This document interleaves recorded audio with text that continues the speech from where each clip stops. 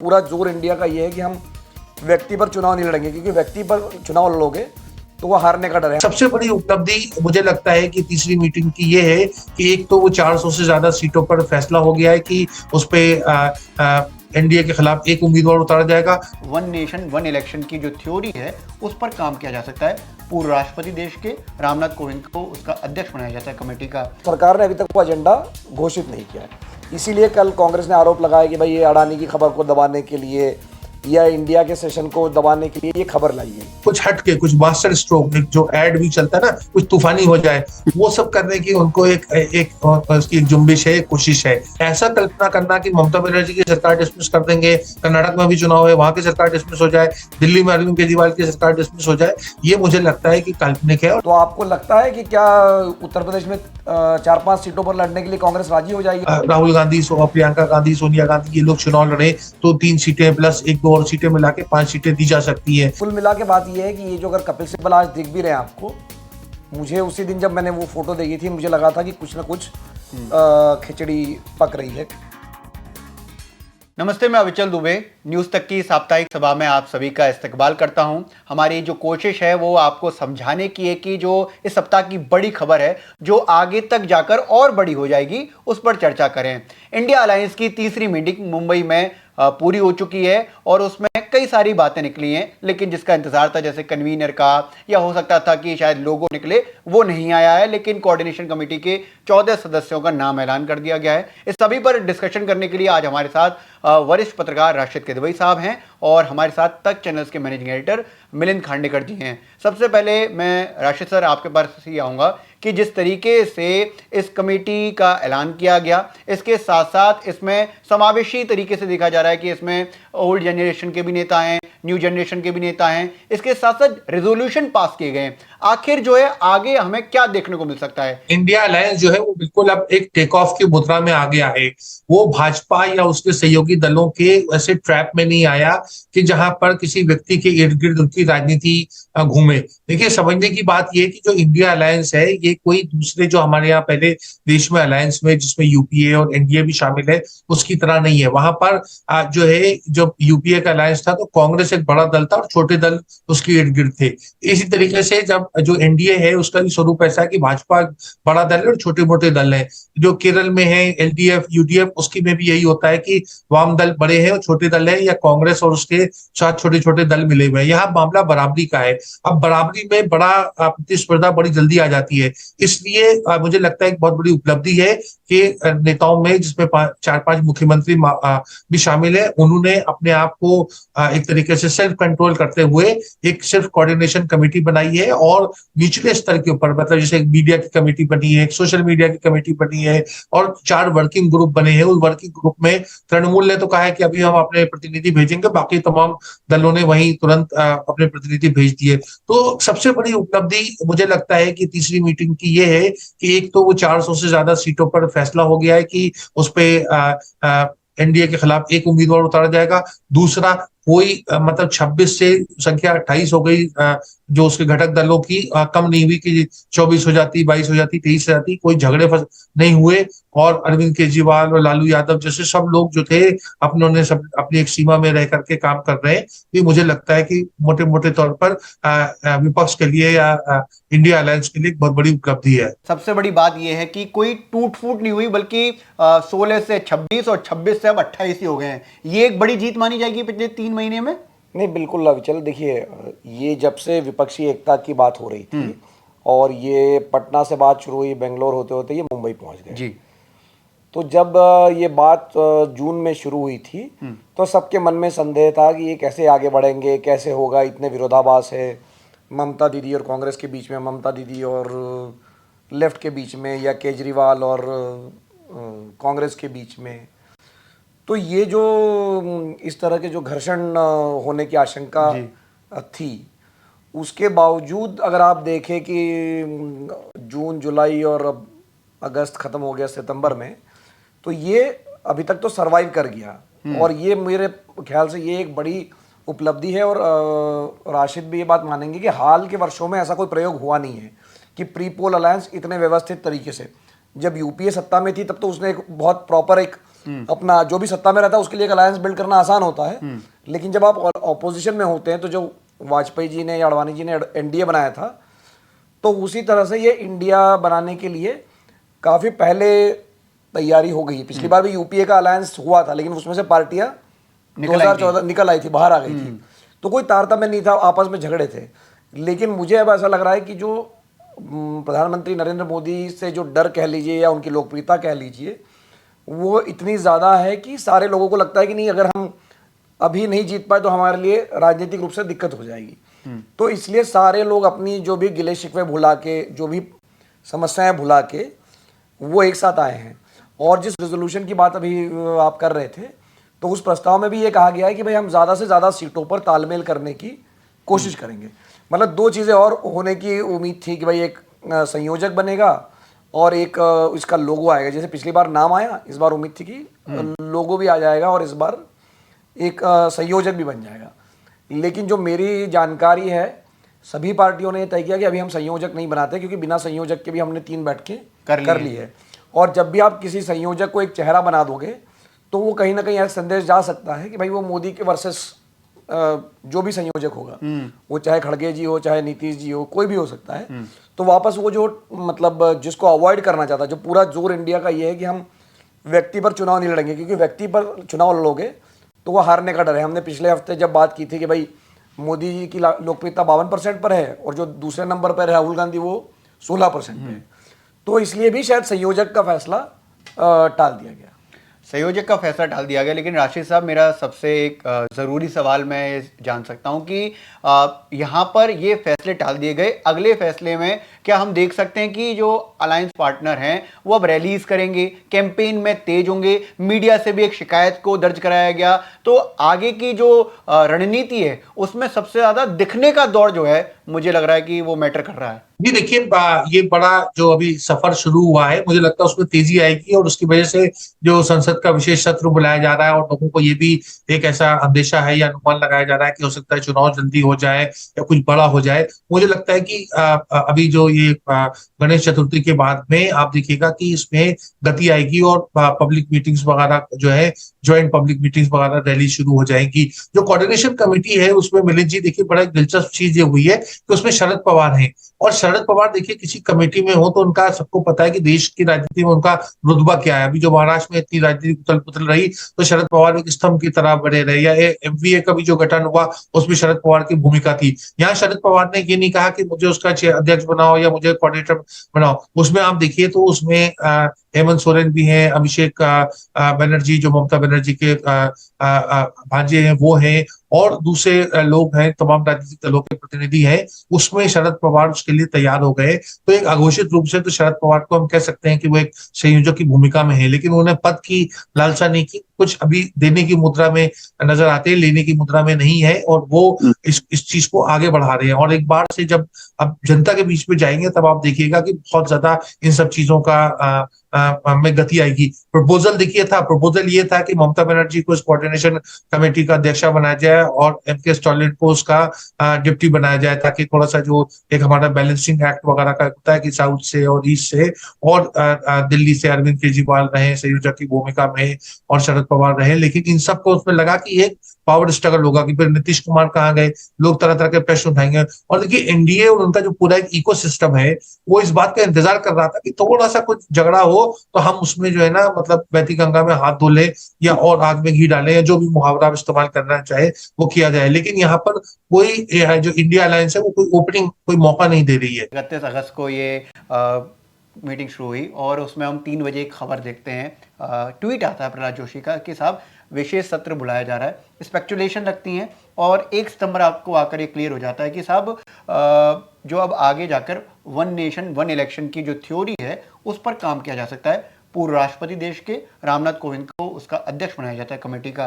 आपको लगता है कि ये सिर्फ इसलिए है कि अभी की जो बात है वो उसको हल्का किया जा सकता है, या फिर इसमें देख सकते हैं कि ये थ्योरी वाकई जो है वो काम कर जाएगी 2024 के हिसाब से? देखिए अभी चलिए इसमें जैसा कि कांग्रेस ने कल आरोप लगाया कि मीडिया मैनेजमेंट करने के लिए ये खबर बाहर गई। अब आप इस खबर की जिसकी आप बात कर रहे हैं कि विशेष सत्र बुलाया गया है, सरकार ने कहीं भी अपनी तरफ से आधिकारिक रूप से नहीं कहा है कि उस सत्र में होगा क्या। सिर्फ कहा गया कि अमृतकाल है और हम उस पर चर्चा करेंगे। तो जब ये सरकार ने कहीं अभी भी नहीं कहा है कि हम वन नेशन वन इलेक्शन वाला कोई कानून लाएंगे या महिला आरक्षण की बात लाएंगे या एक और जो है कि भाई यूनिवर्सल इनकम होगी महिलाओं के लिए, ऐसा कोई कानून लाएंगे, ऐसा सरकार ने अभी तक कुछ कहा भी नहीं है। कुछ लोग जरूर इस पर सवाल उठा रहे हैं कि भाई अगर आप विशेष सत्र बुलाते हैं तो आमतौर पे आप उसका एजेंडा बनाते हो, बताते हो कि भाई मैं जीएसटी के लिए ला रहा हूँ, मैं किसी कारणवश ला रहा हूँ। तो सरकार ने अभी तक वो एजेंडा घोषित नहीं किया है। इसीलिए कल कांग्रेस ने आरोप लगाया कि भाई ये अडानी की खबर को दबाने के लिए या इंडिया के सेशन को दबाने के लिए ये खबर लाई गई। जो खबर आप वन इलेक्शन वन नेशन हम जो बात कर रहे हैं वो सूत्रों के हवाले से आई है। सरकार ने आधिकारिक रूप से कोई एक, लेकिन वो जो सूत्रों के हवाले से खबर आई उसके बाद एक बहस सी छिड़ गई। सारे मुख्यमंत्री बयान देने लग गए बीजेपी के, और विपक्ष के भी लोग कहने लग गए कि होना चाहिए नहीं होना चाहिए। तो जो अगर ये मीडिया मैनेजमेंट के हिसाब से या बहस को भटकाने के लिहाज से अगर किया गया है या सचमुच में भी किया गया है तो वो प्रयास जो था सरकार का वो सफल रहा है, क्योंकि इस पर अब बात हो रही है। रही बात कि क्या ये हो सकता है या नहीं, कि क्या 2024 में जो चुनाव होंगे वन नेशन वन इलेक्शन होगा, मुझे दो चीज़ें कहनी है इस पर। पहला ये है कि इसके लिए संविधान की, राशिद ने एक लेख भी लिखा है कल, तमाम संशोधन कराने पड़ेंगे। मान लीजिए आप सारे दल राजी हो गए, सब कुछ कानूनी रूप से आपने उसको पारित भी कर लिया, जो कि मुझे नहीं लगता कि इतना आसान है, क्योंकि बहुत बड़ी एक्सरसाइज है। दूसरी बात यह है कि जब आपने कमेटी बनाने की बात कही है, उसका भी अभी तक कोई नोटिफिकेशन मुझे दिखा नहीं है, हो सकता है रात तक आ जाए, कि भाई पूर्व राष्ट्रपति कोविंद के अध्यक्षता में कमेटी बनेगी। अब अगर ये कमेटी बनेगी तो ये कमेटी भी तो कम से कम 4 हफ्ते लेंगी, 4 महीने लेगी, कुछ समय लेगी। उसके बाद वो रिकमेंडेशन करेगी, फिर उस पर अमल होगा। तो अगर ये वाली बात है तो मुझे लगता नहीं कि ताबड़तोड़ ऐसा कोई फैसला होने जा रहा है। सरकार की मंशा जरूर हो सकती है कि आगे चल के ऐसा हो जाए। और मैंने जैसे कहा कि मान लीजिए कानूनन आपने सारी बाधाएं पार कर ली, संविधान में संशोधन कर दिया, कानूनों में संशोधन कर दिया। मैंने अभी जो पूर्व मुख्य चुनाव आयुक्त ओपी रावत को मैं सुन रहा था, तो उन्होंने कहा कि भाई सब कुछ भी हो जाए तब भी कोई 2-4 महीनों में आप पूरे देश में इलेक्शन नहीं करा सकते एक साथ में। उसके लिए कम से कम 1 साल, उन्होंने कहा कम से कम 1 साल चाहिए, अधिक से अधिक 2 साल चाहिए। अब वो क्यों चाहिए? वो इसलिए कि अभी आपको जहाँ एक ईवीएम लगानी पड़ेगी वहाँ 2 लगानी पड़ेगी। जहाँ आप एक वीवीपैट की मशीन लगाएंगे तो वो दूसरी मशीन लगानी पड़ेगी। तो इन मशीनों को बनाने में ही समय लग जाएगा। मतलब अगर बाकी जो चीज़ें जो भी कह लीजिए, शायद 28 लाख मशीनों की बात हो रही है कि भाई इतने एडिशनल मशीनों की ज़रूरत है। तो ये मशीनें कोई आपने अगर या तो सरकार ने बना रखी हो तो हमें नहीं पता है, या इलेक्शन कमीशन ने पहले से ऑर्डर दे रखा है तो हमको नहीं पता है, लेकिन ये कोई रातों रात मशीनें नहीं आ सकती ना। यानी अगर सरकार ने कानूनी रूप से सारी बाधाएं पार भी कर ली, तब भी ये जो मशीनें हैं, जो इंफ्रास्ट्रक्चर है, वो जैसा कि मैं तो उनके हवाले से कह रहा हूँ, रावत साहब के हवाले से, कि भाई इसमें 1 साल से 2 साल लग जाएंगे। यानी 2024 में ऐसा होता हुआ अगर आप इन सब बयानों को सुनेंगे तो लगता नहीं कि ऐसा हो पाएगा।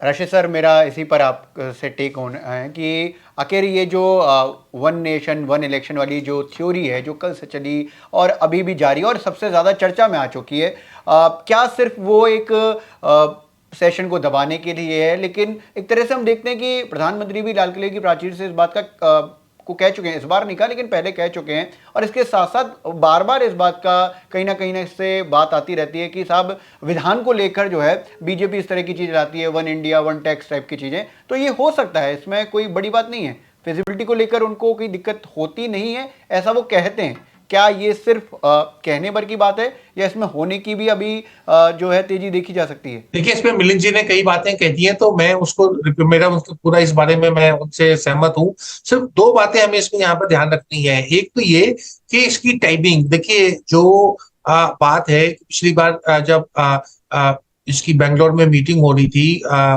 इंडिया अलायंस की, तो उसी समय जो था एनडीए ने अपना अलायंस कर लिया और 38 पार्टीज को वहां सामने पेश कर दिया। अब हम फिर ये देख रहे हैं, केवल सहयोग हो सकता है, सहयोग हो कि जब मुंबई में मीटिंग हो रही थी तो उसी समय जो है ये पार्लियामेंट्री अफेयर्स मिनिस्टर ये बयान देते हैं कि विशेष सत्र बढ़ाया जाएगा, और एक शगुफा छोड़ा गया है कि शगुफे का जिसका नाम हम ये वन नेशन वन इलेक्शंस की बात कर रहे हैं। कहीं ना कहीं देखो, इससे ये भी लगता है कि क्या भाजपा और नरेंद्र मोदी अपनी 24 की जीत को लेके पूर्ण रूप से आश्वस्त नहीं है। क्यों वो बार बार ऐसी टाइमिंग को लेकर के ऐसी बातें कह रहे हैं? अगर उनका जो आर्थिक मुद्दों पे या विदेश नीति पे या चंद्रयान और ऐसे बहुत सारी हजारों उपलब्धियां हैं जो गिना सकते हैं, उसको उसके बावजूद उन्हें ऐसा लगता है कि ये इंडिया अलायंस से कुछ किसी किस्म का खतरा है, क्योंकि प्री पोल अलायंस है। 14 और 19 के जो लोकसभा के चुनाव में उसमें कोई प्री पोल अलायंस नहीं था। तो ये तो एक पृष्ठभूमि है, राजनीतिक पृष्ठभूमि है, जिससे लगता है कि एनडीए और भाजपा और नरेंद्र मोदी जो है वो इंडिया अलायंस को लेकर थोड़ा सतर्क है और सावधानी बरत रहे हैं, और कुछ ऐसा कुछ हटके, कुछ मास्टर स्ट्रोक, एक जो एड भी चलता है ना, कुछ तूफानी हो जाए, वो सब करने की उनको उसकी एक जुम्बिश है, एक कोशिश है। उसमें कितना सफल होंगे आने वाला समय बताएगा। देखिए, one election one nation one election देखने में बड़ा लुभावना लगता है, लेकिन इससे क्या आपको कोई राजनीतिक फायदा होगा, इसका भी आकलन करना चाहिए। इसमें खर्चे की बात मिलिंद जी ने बताई। सबसे बड़ा देश में खर्चा जो है चुनाव का, वो काले धन का है। काले धन को आप कैसे रोकेंगे? 45 लाख एक असेंबली की और 75 लाख एक पार्लियामेंट की एक उसकी पोल एक्सपेंसेस की सीलिंग होती है, कितना आप खर्च कर सकते हैं। हम जानते हैं तमाम राजनीतिक दल और बड़े राजनीतिक दल उसमें कम से कम 10 गुना खर्च करते हैं। उस पर आप कैसे अंकुश लगाएंगे? और जो वंशवाद की बात है पूरी राजनीति में, जिसको मोदी जी बहुत हाईलाइट करते हैं, वो वंशवाद भी काले धन के मैनेजमेंट और उसको कैसे मैनेज किया जाए और उसको आगे उसको कैसे उसकी कमिटमेंट को पूरा किया जाए, इसी से जुड़ा हुआ पूरा वंशवाद जुड़ा हुआ है। तो यहाँ पर हम जो मूल समस्या है, जड़ है, उसकी तरफ नहीं जा रहे। हम केवल एक ऑप्टिक्स का, जिसे मैं कहता हूँ ना, शगुफा जुमला, उसकी राजनीति कर रहे हैं। मुझे लगता है ये बहुत ज्यादा प्रभावी नहीं होगा। मुझे लगता है कहीं ना कहीं भाजपा को, एनडीए को खतरा है एनडीए से, इंडिया अलायंस से, कि कहीं मामला आधा अधूरा ना हो, कहीं ऐसा ना हो कि 24 एक हंग हाउस हो जाए। देखिए क्या होता है, जिसे हम कहते हैं ना डेविल इज इन डिटेल। देखने में लगता है कि 45% एनडीए का जो वोट परसेंटेज दिखाया गया है और 43% इंडिया अलायंस का, 2% कम है। लेकिन उसमें गौरतलब बात, और इसमें मैं मिलिंद जी का ध्यान आकर्षित करना चाहूंगा कि 105 लोकसभा सीट थी 2019 के चुनाव में, जो भाजपा 3 लाख या उससे ज्यादा वोटों से जीती है। अगर हम उस 105 सीटों को अलग कर दें तो आप देखिएगा कि बाकी सीटों में भाजपा का वोट परसेंटेज शायद जो है इंडिया अलायंस से कम हो, और ये चिंतित करने वाली बात है। तो ये सारी की सारी चीजें, देखिए मोदी जी कोई कच्चे खिलाड़ी नहीं है, उन्हें राजनीति की बड़ी समझ है। वो खतरा महसूस कर रहे हैं, तभी ये सब पैंतरेबाजी हो रही है, ये मेरा कहना है। एक चीज और भी है सर, राशि सर, हमने सुना है कि साहब की राज्यवार जो सीट शेयरिंग की बात है उसको लेकर कहीं ना कहीं चल दी है, हल्की फुल्की जो है वो एक कह सकते हैं कि कवायद जो है शुरू हो चुकी है। देखिए, उसकी दिक्कत ना आने की वजह यह है कि एक हमारे देश में ये होते हैं ना पोल स्ट्रेटेजिस्ट, जो पोल सर्वे करते हैं, इनका बड़ा योगदान है। तो कांग्रेस ने तो देखिए अधिकृत रूप से जो सुनील कानूगोलू नाम के एक व्यक्ति हैं, उनको, जो प्रशांत किशोर के साथ काम करते थे, उनके नंबर 2 थे प्रशांत किशोर के साथ, वो अलग हो गए। तो उन्होंने, वो अभी कर्नाटक में उन्हें एक वहां के राज्य के मंत्री का दर्जा मिला हुआ है, और उन्होंने पूरा देशव्यापी पूरा जितनी लोकसभा सीट है सबका आकलन किया है। आकलन जो मतलब एक वो स्टैटिस्टिकल मैथमेटिकल कैलकुलेशन से कि कहाँ कहाँ कौन सा राजनीतिक दल, गैर भाजपा गैर इंडिया राजनीतिक दल नंबर 1 पे था और नंबर 2 पे था। तो वो पूरा स्टैटिस्टिक्स है, और उसके उस स्टैटिस्टिक्स के आधार के ऊपर कि मतलब जहां जिसकी जितनी ताकत है उसके हिसाब से उसको सीटें कैसे मिल सकती हैं, कैसे एडजस्टमेंट हो सकता है। तो इसका पूरा एक ब्लूप्रिंट जैसे हम कह सकते हैं, खाका जो है वो करीब 400 450 सीटों का तैयार है, और जिसमें बहुत ज्यादा असहमति की गुंजाइश इसलिए नहीं होती क्योंकि वहां तथ्यात्मक बातें दी हुई है कि कहाँ कौन कितने पानी में है। जैसे उत्तर प्रदेश की बात करें तो कांग्रेस वहां 3 से 5 सीटों की बात हो रही है, और वो भी इस कंडीशन के ऊपर उसमें जो ऑफर है कि वो ये है कि अगर राहुल गांधी, प्रियंका गांधी, सोनिया गांधी ये लोग चुनाव लड़े तो 3 सीटें प्लस 1-2 और सीटें मिला के 5 सीटें दी जा सकती है। इस तरीके से बंगाल के बारे में और तमाम बड़ी, मैंने थोड़ा बहुत सरसरी तौर पे मुझे उसके बारे में पता है। तो एक एग्जॉस्टिव एक्सरसाइज है। उस एग्जॉस्टिव एक्सरसाइज के बाद में किसी को कोई मतलब एक ऐसा कोई ये नहीं कह सकता कि नहीं मुझे तो 50 सीटें चाहिए। तो जब एक कागज के ऊपर तमाम चीजें आई हुई हैं, शतरंज की बिसात के ऊपर मोहरे रखे हैं और मोहरों की आपको पोजीशन पता है कि उनकी चाल किधर जा सकती है, क्या हो सकता है, तो कोई बड़े दावे नहीं कर सकता। तो मुझे लगता है उसमें कोई कटुता नहीं है। एक चीज और मैं जानना चाहता हूँ सर, जिस तरह से सोशल मीडिया का जो है वो चर्चा बहुत ज़्यादा है, और उसमें लगातार जिस तरह से पूरी की पूरी रेजोल्यूशन पास करके कमेटी बनाई गई है, और कहीं ना कहीं ऐसा लग रहा है कि इंडिया जो है वो सोशल मीडिया पर ज़्यादा फोकस कर रहा है। एक सवाल ये भी था, कल मेरे एक दोस्त से बात हो रही थी, उन्होंने कहा था कि सोशल मीडिया से गए थे, आने की वो कोशिश उसी से है। नहीं, ये बात तो हमने पहले भी की है कि देखिए सिर्फ ट्विटर पे या इसको जिसको आप एक्स कहते हैं, हाँ, या इंस्टाग्राम से आप चुनाव नहीं जीत सकते हैं। ठीक है, वो तो एक सराउंड साउंड होता है, मतलब आपकी पिक्चर चल रही है, आप और जगह से शोर मचा रहे हैं, लेकिन आपका जो प्रोडक्ट है या जो आपका ऑफरिंग है वो फिर भी मजबूत होने की ज़रूरत है। तो नेचुरली जो भी विपक्ष की नेता है, जो विरोध की पार्टियां हैं, उन्होंने अपना सोशल मीडिया का जो गेम है वो इम्प्रूव किया है पिछले खास करके 2-3 सालों में। तो जो आप कह रहे हैं कि जिस रास्ते से वो गए थे वहाँ से लौटने की बात कर रहे हैं, लेकिन मैं राशिद को दोबारा से वहाँ ले जाना चाहूँगा कि ये जो 400 सीटों पर बात हो रही है कि भाई हम एक उम्मीदवार देंगे, जैसे कि आज रेजोल्यूशन में भी कहा गया कि ज़्यादा से ज़्यादा सीटों पर हम तालमेल करेंगे। तो मुझे लगता है कि ये जो कॉन्फ्लिक्ट है ये उन राज्यों में है जहाँ पर मतलब ये कांग्रेस के साथ ही लड़ाई है, जेडीयू और समाजवादी पार्टी में तो कोई लड़ाई नहीं है, सही है। या आरजेडी और एनसीपी में कोई लड़ाई नहीं है। लड़ाई ये जो सीटों की है वो कांग्रेस को लेकर है भाई, चाहे वो केरल में हो, बंगाल में हो या उत्तर प्रदेश में हो, मतलब हर जगह कांग्रेस ही है जो सब जगह है, या सब जगह मतलब ज़्यादातर राज्यों में कांग्रेस मौजूद है। तो जो कॉन्फ्लिक्ट आएगा वो कांग्रेस से आएगा। और जो राशिद ने भी पिछली बार बताया था कि कांग्रेस इस समय दिल बड़ा रखना चाहती है, मतलब कांग्रेस का लक्ष्य है कि भाई कैसे भी करके हम विपक्ष की सीटें बढ़ाए या मोदी सरकार की सीटें घटाए। तो वो कॉन्फ्लिक्ट रुकने के लिए मतलब अगर कारण होगा, मान लो जो सीटों का समझौता नहीं होगा तो उसका कारण होगा कांग्रेस की, भाई आम आदमी पार्टी है, या मान लीजिए जो कॉन्फ्लिक्ट कहाँ होगा, महाराष्ट्र में होगा या पंजाब में होगा या दिल्ली में होगा। लेकिन राशिद, आप जो ये बात कह रहे हैं कि उत्तर प्रदेश में कांग्रेस की ताकत जो है 4-5 सीटों की है, वो भी तब जब पूरा परिवार, गांधी परिवार लड़ने आ जाए।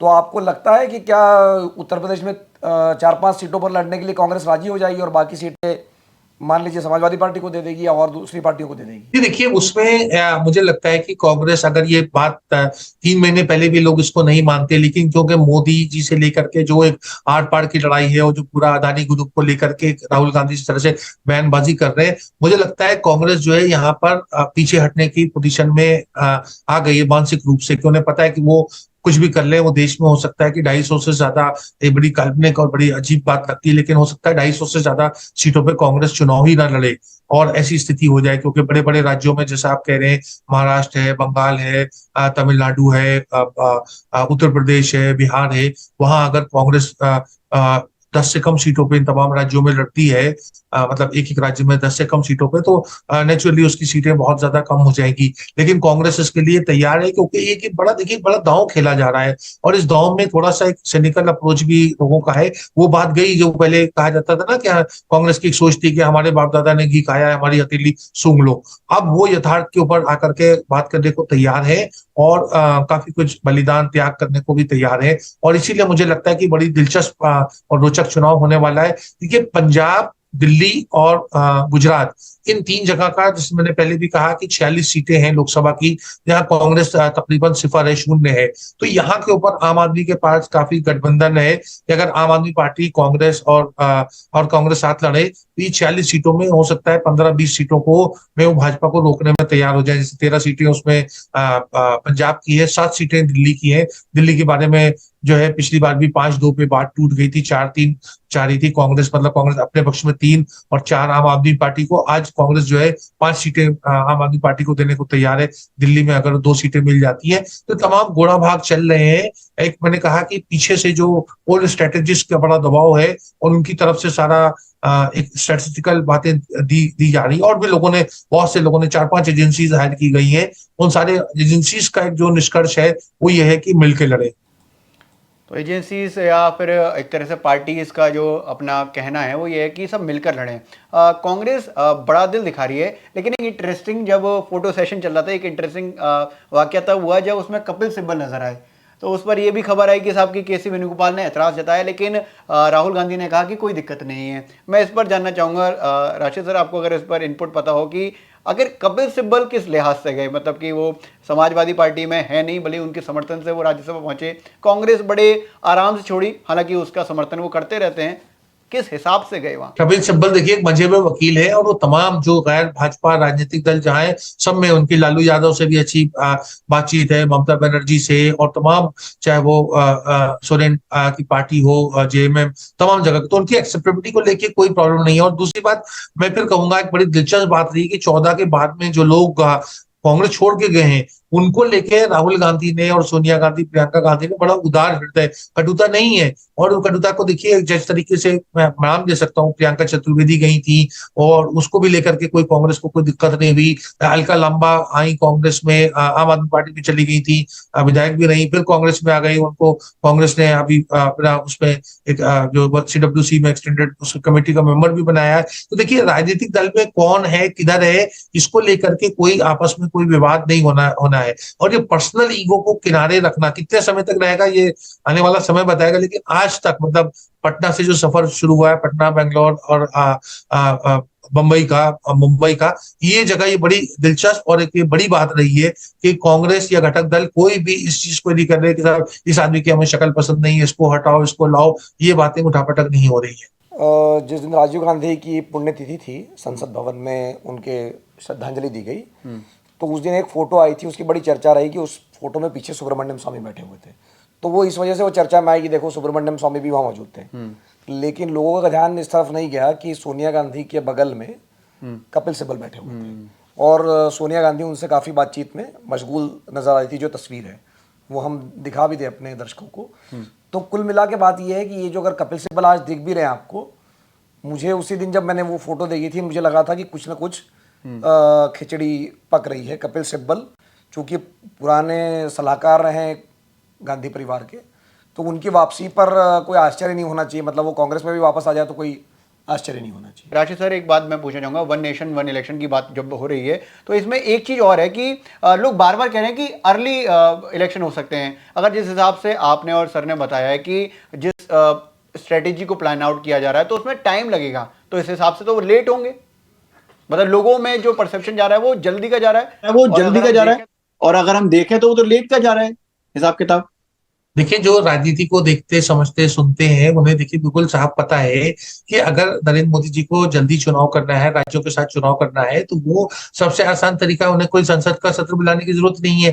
वो लोकसभा में, क्योंकि पूर्ण बहुमत है उनके पास, वो राष्ट्रपति के पास जाकर के लोकसभा डिसॉल्व कर सकते हैं। जहां जहां भाजपा शासित प्रदेश हैं उनको वहां वो लोग जो है अपने इस्तीफे दे दें और चुनाव करा ले। इस तरह से 13-14 राज्य ये हो जाएंगे। और ऐसे राज्य जिसकी मैंने इंडिया टुडे की लेख में भी जिक्र किया कि जहां पर चुनाव अभी 6 महीने के अंदर होने वाले हैं, उन सबको जोड़ा जा सकता है। पुल एडवांस किया जा सकता है, पुल बढ़ाया नहीं जा सकता। कि ये नहीं हो सकता कि मध्य प्रदेश का चुनाव जो है वो मई में हो, उसके लिए बहुत संवैधानिक अड़चने आएंगी। लेकिन पहले इलेक्शन तो महाराष्ट्र का है, हरियाणा का है, जहां का भी वो चाहे वो जल्दी करा सकते हैं। तो इस तरह से करा के 20 राज्यों में बिल्कुल वो चुनाव करा सकते हैं, अगर एक वन नेशन वन पोल कर रहे हैं, और बाकी राज्य बाद में शामिल हो जाएंगे। लेकिन ऐसा कल्पना करना कि ममता बनर्जी की सरकार डिसमिस कर देंगे, कर्नाटक में भी चुनाव है, वहां की सरकार डिसमिस हो जाए, दिल्ली में अरविंद केजरीवाल की सरकार डिसमिस हो जाए, ये मुझे लगता है कि काल्पनिक है।